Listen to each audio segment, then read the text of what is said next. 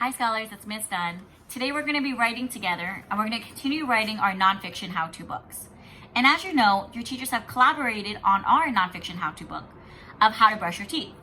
And we're using this framework, the first, next, then last, in order to write out and draw pictures of all the steps so that our reader knows exactly what to do in order to learn how to brush your teeth.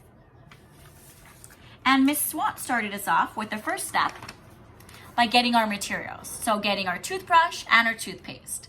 Then Miss C talked about what we do next with those materials by putting your toothpaste on your toothbrush. And yesterday, Mr. O'Connor talked about our then step of brushing all your teeth.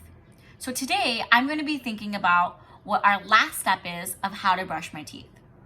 And in order to know what to write for my reader so that they know what to do, I can either make a picture in my brain about all the steps so that I know what I'm doing next, or I can act it out so I can really watch and pay attention to what my body is doing so that I can match the words that would match what the next step is. So I'm going to pretend that I have my toothbrush, my toothpaste. I put toothpaste on my toothbrush and then I brush all around my teeth. So now I'm imagining that I have toothpaste all over my teeth and the extra foam that's in my mouth. In order to be done by brushing my teeth, I need that to get out of my mouth. So I need to spit that out. As I spit that out, I'm imagining that my teeth still kind of feel gross because there's extra toothpaste on it and it doesn't feel clean yet. So the next thing I need to tell my reader is that I need to rinse my mouth with water so that it's clean. So that's my plan. I'm going to tell my reader, last, spit and rinse. And because my last step kind of has 2 steps in it, I numbered it by 1 and 2. So my reader knows, first you spit, and I drew an arrow so it knows that that spit's coming out of my mouth.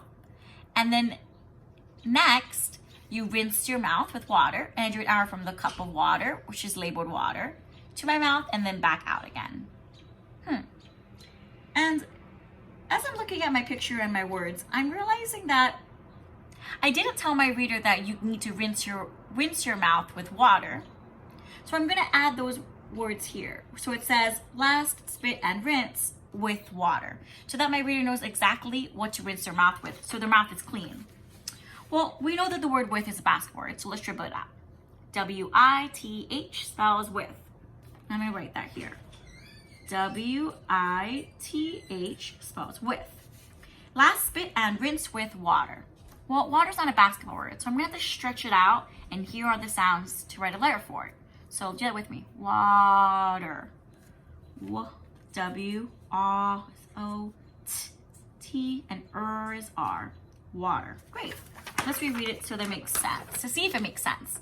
Last, spit and rinse with water. Great. So now my picture also matches the words I say. So now it's your turn, scholars. You are going to be writing your next step of your how-to book. And it may be that your how-to book has more than 1, 2, 3, 4 steps, and that's okay.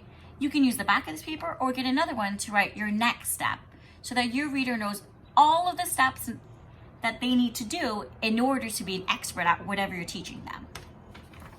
And as always, scholars, your teachers would love to help you brainstorm your ideas of what your last step is or your next step in your how-to book.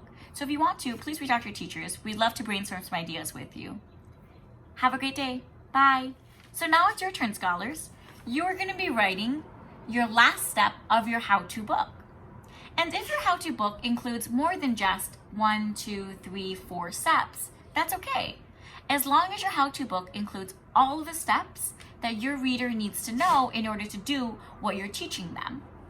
And if you get stuck, something that you can do is you can make a picture in your brain or you can act it out with your body, the first 3 steps of your how-to book so that you know what your body is doing in order to finish your how-to book.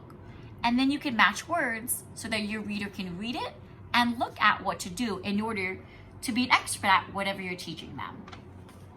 And as always, if you get stuck and you want to brainstorm some ideas of what your last step would look like for your how-to book, please reach out to your teachers. We'd love to brainstorm some ideas with you and see how your book is going. Have a great day, scholars. Bye.